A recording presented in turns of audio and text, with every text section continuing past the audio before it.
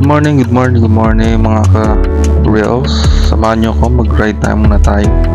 Bibili lang ako ng toyo at suka. Joke time na. Bibili ako ng pagkain ng aking mga alaga. Sina Tom and Jerry at si Abdul Karim.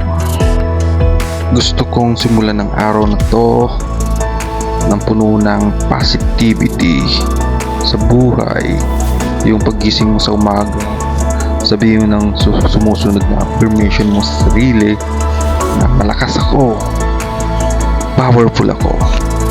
Yung nagiging magaling ka sa araw-araw, yung grateful ka sa anumang meron ka. I can be whatever I want to be. Wow, English. Araw-araw nagiging malapit ako sa goals ko. Kaya kong labanan yung self-doubt at takot ko. At maaaring pangit man yung nakaraan, pero pogi pa rin ako. Ayun lang. Kidding aside, syempre ang goals natin ay yung lahat ng tools natin ay monetize na ni Meta. Yun naman talaga, kaya tayo gumagawa ng reels. Siyempre huwag tayong mawala ng pag-asa dahil medyo matagal at habaan ang ating pasensya sa ginagawa nating reels, mga original contents. Yan ang importante para yung maiwasan natin yung magkaroon ng violation kay Meta. At kailangan natin sundan yung monetization policy ni Meta. At syempre, kailangan maging recommendable yung page nyo o yung profile na ginagamit nyo sa Facebook. Importante yun kasi kung alam nyo yung algorithm ni Meta, kung wala kayong mga violation, malinis kayo, maganda yung recommendable yung page nyo o profile na FB nyo, syempre isi-share niya yan sa maraming magiging followers nyo. Syempre ito yung para sa mga baguhan pa lang, nagsisimula pa lang ng katulad ko, yung hindi pa monetize yung mga ibang tools tulad ng ads on reels, in-stream ads. Kailangan natin ma-meet yung requirements ni Meta, yung 60k in-demand views at marami pang iba.